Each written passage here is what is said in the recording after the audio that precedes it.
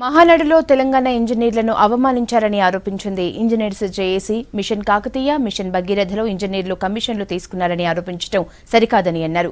ఇంజనీర్లపై చేసిన కామెంట్స్ ను టీడీపీ నేతలు ఉపసంహరించుకోవాలని డిమాండ్ చేశారు. ఇంజనీర్స్ జేఏసీ ప్రతినిధులు ఒక రీఇంజనీర్ మొత్తం ఎందుకంటే ప్రతి తెలంగాణ కోటి ఎకరాల మాగాని వీణ చేయాలని చెప్పి దాన్ని తలంపుతోని మొత్తం ఇంజనీర్లు డే అండ్ నైట్ పనిచేస్తుంటే మా మీద ఇది ఒక మన కమిషన్ కాకతీయ లెక్క మారిందని చెప్పడం చాలా సిగ్గుచేటు.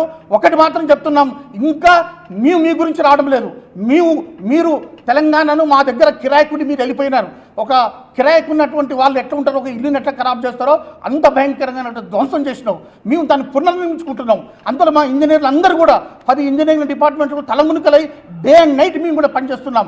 ఉద్యమ కాలంలో మాకు కొంచెమన్నా సమయం మాకు దొరికేది, కానీ అంతకంటే ఎక్కువ కూడా మేము పునరంకిత భావంతో మా యొక్క బంగారు తెలను నిర్మించాలని చెప్పి మేము చేస్తుంటే ఈ విధంగా మా ఇంజనీర్ల మీద ఇవి చేయడం మాత్రం హాస్యాస్పదం. దీన్ని మేము అందరం కూడా ఖండిస్తున్నాం. రేయం బహులు కష్టపడుతూ ఈ స్కీమ్ను విజయవంతంగా చేయడానికి ఇంజనీర్లు ఎనలేని కృషి చేస్తుంటే మన ప్రాంతానికి చెందిన తెలుగుదేశం నాయకులు ఆ విధంగా ఆరోపణలు చేయడం చాలా బాధాకరంగా ఉన్నది. ఇంజనీర్లపై ఏదైతే ఆరోపణలు చేసినారో అవి మేము తీవ్రంగా ఖండిస్తున్నాము. ఇటువంటి విధానాలకు స్వస్థ చెప్పాలని చెప్పేసి ఈ వేదిక ముఖంగా మేము అందరం కూడా ముక్తఖండంతో చెప్పడం జరుగుతూ ఉన్నది.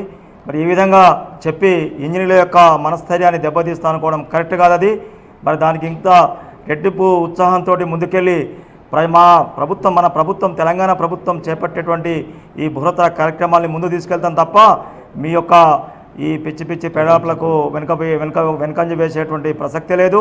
మరి అటువంటి ఆరోపణలు నిరాధారంగా చేయడం అనేది కరెక్ట్ కాదు. మేము దాన్ని తీవ్రంగా ఖండిస్తున్నాం.